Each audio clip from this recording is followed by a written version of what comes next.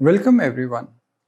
In the eighth portion of this book, Dale Carnegie says that we have more faith in those ideas which we create by ourselves.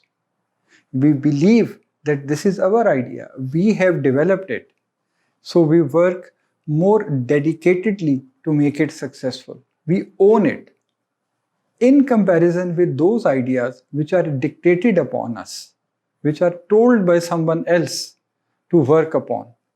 In that case, we do not take the ownership.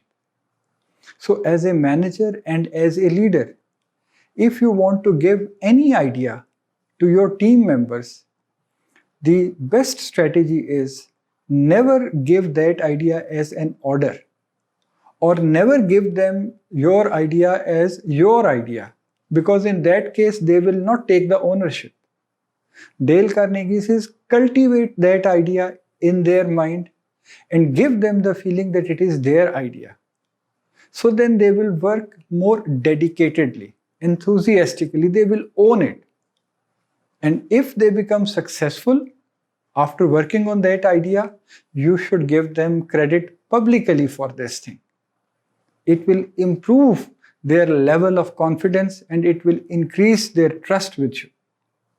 He has given us an example of Colonel Edward, who was the staff officer of President Woodrow Wilson in his cabinet.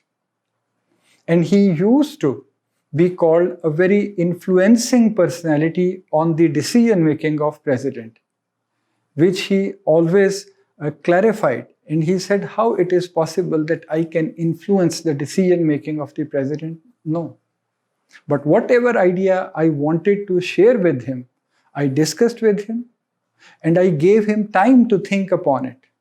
And if president acted upon that idea and if it became successful, I used to give him credit publicly for that thing. So this is the best way to improve the productivity of your team as a team manager, as a leader.